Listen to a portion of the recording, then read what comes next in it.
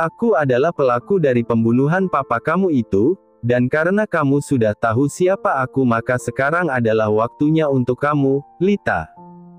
Saras berkata dengan seringai yang tercetak di wajah cantiknya. Lita tertawa, hal itu membuat Saras menatap bingung ke arahnya. Apa? Kenapa kamu malah tertawa? Harusnya kamu merasa takut padaku sekarang, Lita. Saras berujar tidak terima.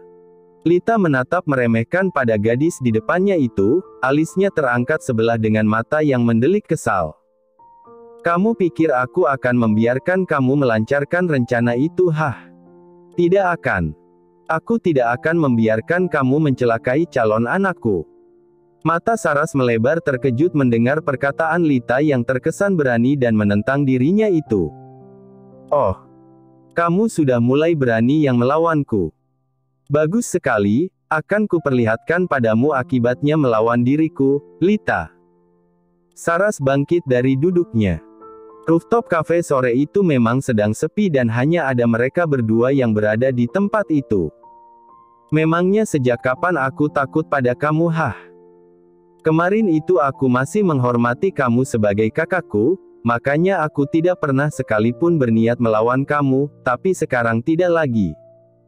Aku tidak akan bersikap lemah kepada kamu. Kamu itu benar-benar wanita jahat, Saras. Kamu melakukan rencana pembunuhan pada orang yang sudah belasan tahun merawat dan menyayangi kamu seperti anaknya sendiri. Di mana hari nurani kamu? Lita akhirnya mengeluarkan unek-uneknya selama ini pada Saras yang selalu menjadi nomor satu bagi papanya dan juga mama kandungnya sendiri. Saras terkekeh sumbang, matanya menatap Lita dengan kilatan benci. Semua ini tidak akan aku lakukan jika dia masih menganggapku sebagai anaknya dan mau membebaskan aku dari penjara, tapi hingga detik terakhir lelaki itu bahkan tidak ada menjengukku di kantor polisi, bahkan dia tidak ada niatan juga untuk mengeluarkanku dari sana. Aku benar-benar membencinya sejak itu. Dia membuangku seperti aku ini adalah seonggok sampah baginya. Saras meluapkan emosinya, wajah gadis itu sampai memerah membuat Lita mengernyit tidak suka. Kamu memang sampah, Saras. Manusia itu hidup menjadi berguna, bukan benalu seperti kamu yang hanya ingin hidup senang. DIAMM. Jangan banyak omong sialan. Umpat Saras yang tiba-tiba berlari ke arah Lita untuk melayangkan pukulannya. Lita langsung sigap menangkis pukulannya dan membalas Saras kemudian dengan menendang tubuh gadis itu hingga Saras terjatuh. Sialan. Umpat Saras seraya meringis kesakitan karena tubuhnya yang ditendang oleh Lita. Lita tersenyum sinis, bagaimana rasanya, Saras? Sakit. Itu belum seberapa. Sebenarnya saat kamu membuli aku waktu itu, aku bukannya tidak bisa membalas ataupun melindungi diri. Aku melakukan itu karena masih menghormati kamu sebagai kakakku dan juga anak kesayangan dari papa dan mama. Jika aku membalasnya, mereka akan sedih melihat putri kesayangannya yang terluka, sedangkan aku tidak masalah jika pun terluka karena aku ini gadis yang kuat, tidak lemah seperti kamu. Aku tidak akan melepaskan kamu, Lita. Dan aku juga tidak akan pernah memaafkan kamu sampai kapanpun. Lita tertawa mendengar perkataan Saras, aku juga tidak butuh kata maaf dari kamu, Saras. Itu tidak penting. Mendengar itu, Saras semakin marah, gadis itu bangkit dari jatuhnya dan bersiap-siap untuk memukul Lita kembali, kali ini gadis itu menargetkan perut Lita yang sudah terlihat membulat namun tidak terlalu besar. Lita dengan sigap menangkap tangan Saras, gadis itu memelintirkan tangan Saras kemudian untuk mengunci pergerakan Saras. Lita tertawa melihat Saras yang tidak bisa melawannya saat ini. Dalam dirinya terdapat kepuasan sendiri saat dia berhasil melawan Saras dan membalaskan perlakuan gadis itu sebelumnya kepada dirinya. Kamu pikir aku masih Lita yang lemah seperti dulu? Tidak. Kali ini aku akan melawan kamu, Saras. Rasakan ini, ujar Lita semakin mengencangkan pelintiran tangannya di lengan Saras hingga gadis itu meringis kesakitan. Lepaskan sialan. Ah, sakit sekali. Ringis Saras mencoba melepaskan dirinya, namun Lita yang tidak lengah itu membuatnya kesulitan. Saras menggunakan banyak cara agar bisa terlepas dari cengkraman Lita hingga kakinya berkali-kali menendang ke arah belakang Lita dan kali ini berhasil karena Lita langsung melepaskan cengkraman tangannya saat pahanya mendapat tendangan dari Saras hingga membuatnya terjatuh. "Lita!" teriak Lars yang baru saja datang bersamaan dengan para polisi yang dia bawa dan juga Raka. Saras yang melihat itu melotot terkejut. Sialan! Dia telah dijebak oleh Lita karena ternyata gadis itu datang bersama dengan Lars yang membawa para polisi. "Angkat tangan, Saras. Anda telah dikepung dan tidak akan bisa lari," ujar polisi itu seraya menodongkan pistolnya ke arah Saras yang langsung menggeleng panik. Tidak. Kamu benar-benar licik, Lita. Aku tidak mau masuk penjara lagi. Tidak mau, aku mau hidup bahagia dengan Alastair. Aku tidak boleh masuk penjara, tidak boleh. Saras menggeleng panik dengan terus bergumam seperti itu, bahkan gadis itu sampai berjalan mundur perlahan dengan wajah yang terlihat ketakutan setiap melihat polisi yang semakin mendekat ke arahnya. Tidak. Jangan mendekat, jangan tangkap aku atau aku akan melompat dari sini. Ancam Saras seraya melihat ke arah pembatas rooftop dengan wajah yang terlihat panik. Anda tidak akan berani melakukan itu Nona, sebaiknya Anda ikut kami secara baik-baik sebelum kami menyeret Anda untuk ikut secara paksa. Ujar polisi itu seolah tahu jika itu hanyalah trik yang dilakukan Saras agar mereka tidak menangkapnya.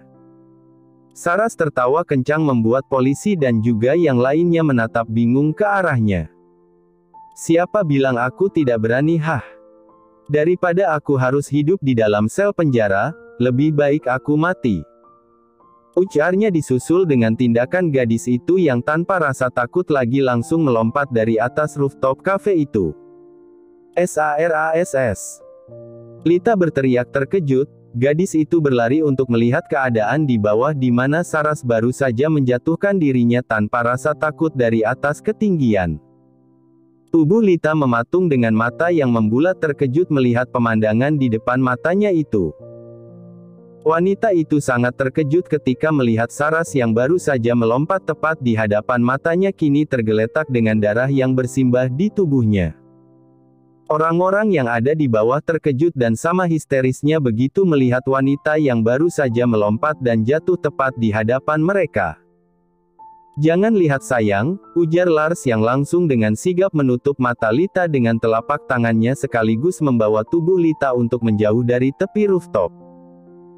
Saya benar-benar terkejut melihatnya, tidak saya sangka Nona Saras akan nekat melakukan bunuh diri seperti ini, komentar Raka dengan menghela napas ketika melihat pada polisi sekarang sibuk mengurus tubuh Saras yang sudah hancur dengan bersimbah darah di bawah sana.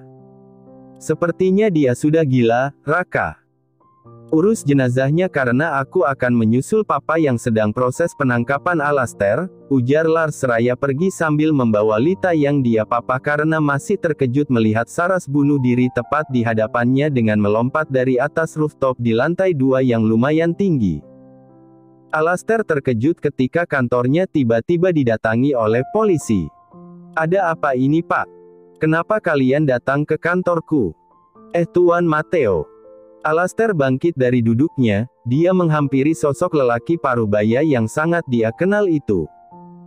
Anda ditangkap atas tuduhan membantu Nona Saras melancarkan aksi kejahatannya untuk melakukan pembunuhan berencana. Mendengar perkataan polisi itu, Alastair membelakang matanya. Saras. Kalian juga sudah menangkapnya?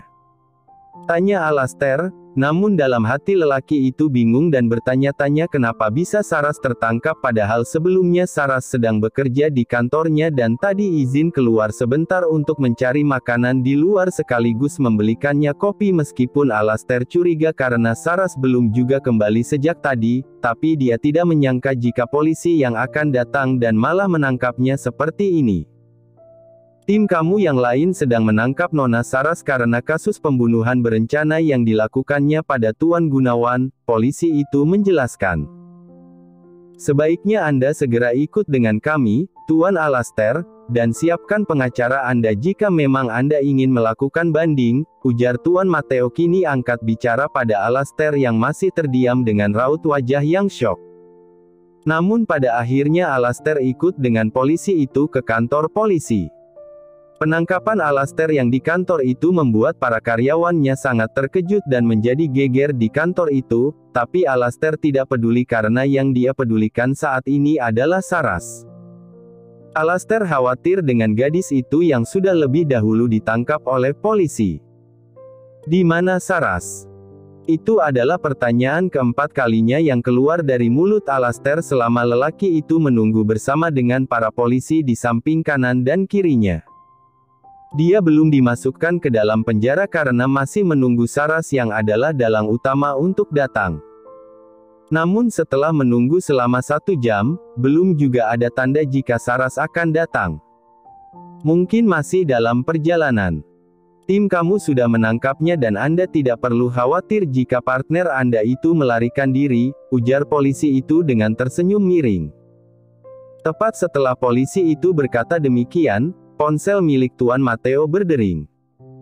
Nama anaknya, Lars, muncul di layar ponsel itu membuat Tuan Mateo langsung mengangkatnya. Ada apa Lars? Apa terjadi masalah di sana? Bagaimana keadaan menantu papa?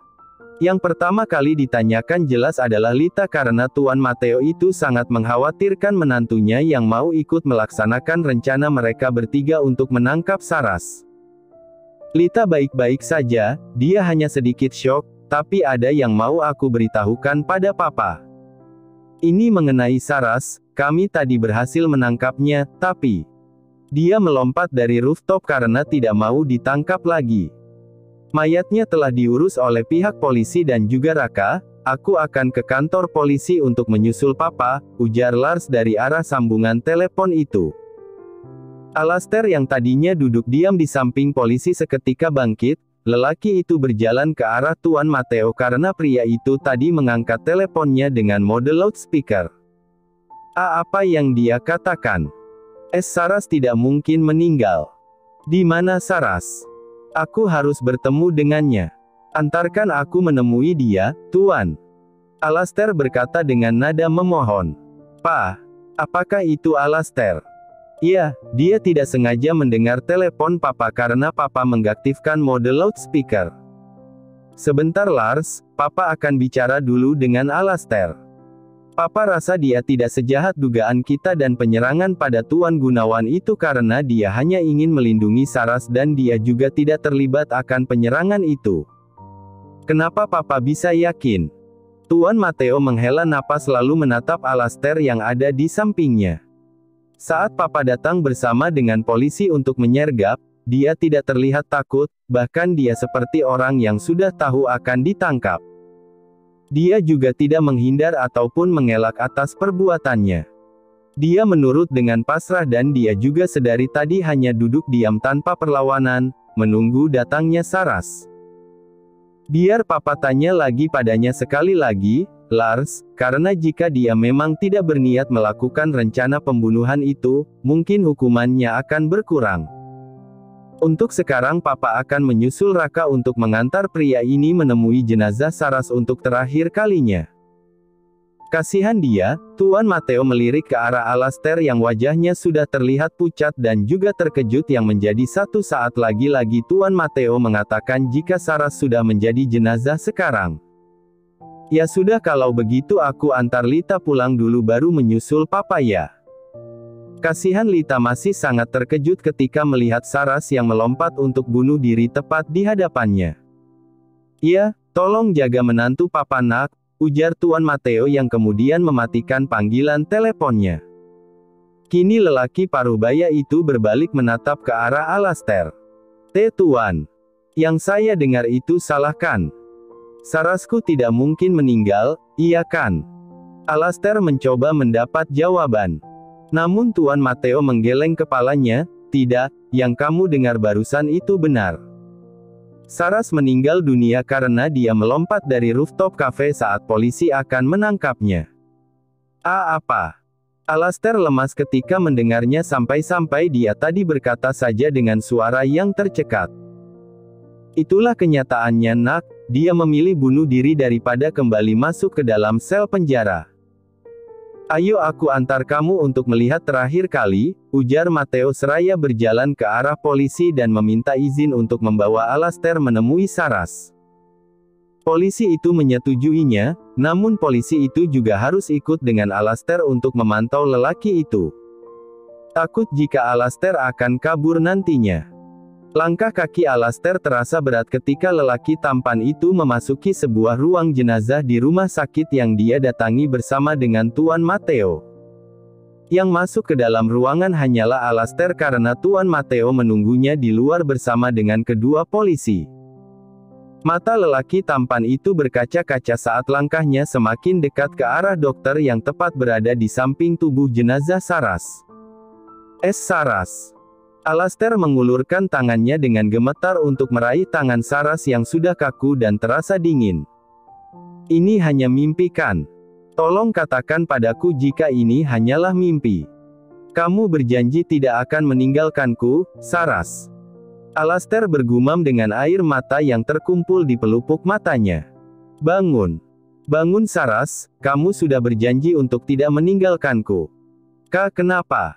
Kenapa sekarang kamu malah pergi? Balas dendammu pada papa angkat kamu sudah terlaksanakan, tapi kenapa kamu malah memilih bunuh diri? Aku masih bisa membebaskan kamu bahkan jika aku masih ada di dalam penjara, atau aku bisa berbohong dan mengatakan jika semua rencana pembunuhan Tuan Gunawan itu adalah rencanaku dan bukan kamu. Aku bisa melakukan itu demi kamu, Saras, kenapa kamu malah memilih pergi dari dunia ini?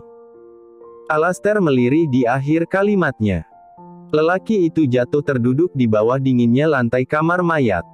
Air matanya luruh seketika, dan tubuhnya bergetar. Dia menangis dalam diam. Patah hati terbesarnya setelah kehilangan sang ibunda kini kembali dia rasakan saat kekasih hatinya memilih bunuh diri dan meninggalkannya untuk selama-lamanya. Saras bukan hanya berniat untuk balas dendam pada Gunawan saja, nak, dia juga berniat balas dendam pada menantu saya. Dia mau mencelakai menantu saya, makanya dia bisa berada di kafe karena dia akan merencanakan sesuatu yang jahat pada menantu saya. Dia mau mencelakai Lita dan juga calon bayinya. Kami memang sudah berniat untuk menangkapnya, namun gadis itu panik dan berakhir melompat dari rooftop kafe itu. Itu adalah pilihannya, kamu jangan menyalahkan diri kamu sendiri, tapi kamu tetap salah karena berusaha untuk menyembunyikan bukti kejahatan Saras. Tiba-tiba Tuan Matteo masuk ke dalam ruang mayat itu dan menepuk pundak Alastair yang tertunduk dengan getar. Perlahan Alastair mengangkat kepalanya. Mencelakai Lita.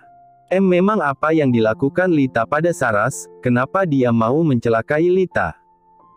Alastair sungguh kaget saat tahu alasan lain Saras berada di sana karena bertemu dengan istri dari rekannya yang dulu sempat menarik perhatiannya. Matteo menghela napas, dia mengulurkan tangan pada anak muda di hadapannya. Melihat Alastair yang menangis karena ditinggal sang kekasih membuatnya teringat dengan Lars yang dulu juga menangisi kepergian Rosine, namun yang membedakan Alastair ditinggal mati oleh Saras. Bangun nak, biar aku jelaskan di luar, ujar Tuan Matteo dan Alastair pun patuh dengan ucapannya.